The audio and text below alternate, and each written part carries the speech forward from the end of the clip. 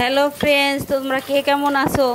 দেখো রান্না করতে চলে আসলাম। কড়াইতে তেল দিয়ে পেঁয়াজ ভাজা শুরু করে দিয়েছি। দেখো পেঁয়াজ ভাজা শেষ, দিয়ে দিলাম একটু হলুদের গুঁড়া।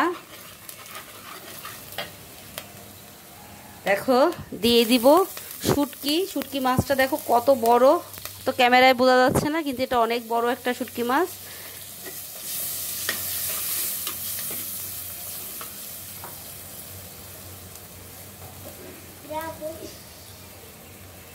মরিচের গুঁড়া,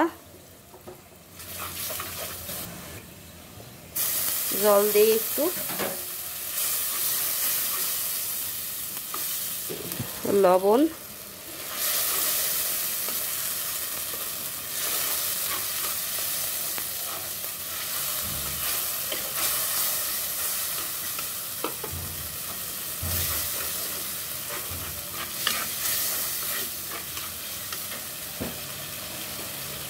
বন্ধুরা শুটকিটাও কষানো হয়ে গেছে। দিয়ে দিব কেটে রাখা ডাঁটা আর আলু। এই যে দেখো ছোট ছোট ডাঁটা আর আলু। আসলে রান্নাটা একদম অল্প, আজকে অল্প রান্না, দুজনের রান্না করব। শুটকি দিয়ে ডাঁটা আর আলু খেতে কিন্তু অনেক টেস্টি হয়।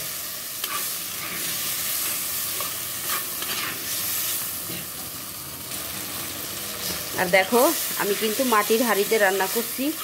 মাটির হাঁড়িতে রান্না করতে আমার খুব ভালো লাগে, যে কোনো রান্না খেতেও খুব ভালো লাগে।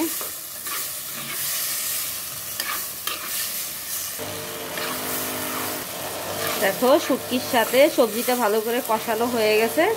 এখন পরিমাণ মতো জল দিয়ে দিব। দেখো তরকারিটা ফুটছে, তরকারিটা রান্না হয়নি, আরেকটু হবে, আলুগুলো আরেকটু সিদ্ধ হবে। দেখো তরকারিটা রান্না হয়ে গেছে, আলুগুলো বেশ সুন্দর সিদ্ধ হয়ে গেছে। আমি আলুগুলো একটু ভেঙে দিব, তাহলে বেশ তরকারিটা মাখো মাখো হবে, খেতে ভালো লাগবে। দেখো ওই রান্নাটা শেষ, এখন শাক ভাজি করব। পেঁয়াজ রসুন দিয়ে দিলাম।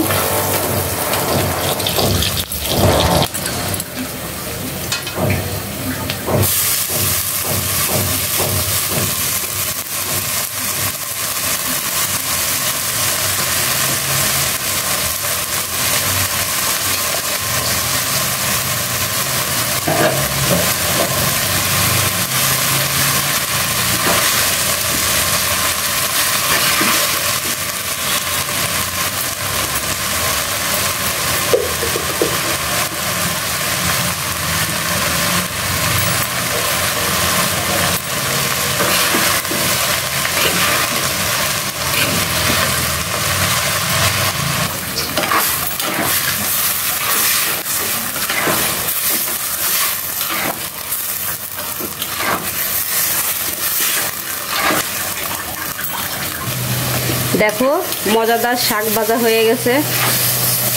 এরকম শাক ভাজি হলে কোনো কথাই নেই, গরম ভাতের সাথে খেতে খুব ভালো লাগবে।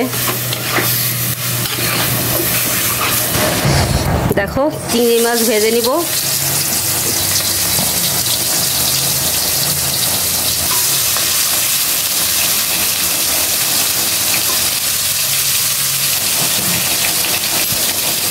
তো বন্ধুরা, আমার আজকে এই শাক ভাজা মাছ ভাজা রান্নার ভিডিওটা যদি তোমাদের একটুকু ভালো লাগে তো আমার পাশে থেকো, আমাকে সাপোর্ট করো, লাইক করো, কমেন্ট করো, শেয়ার করো প্লিজ।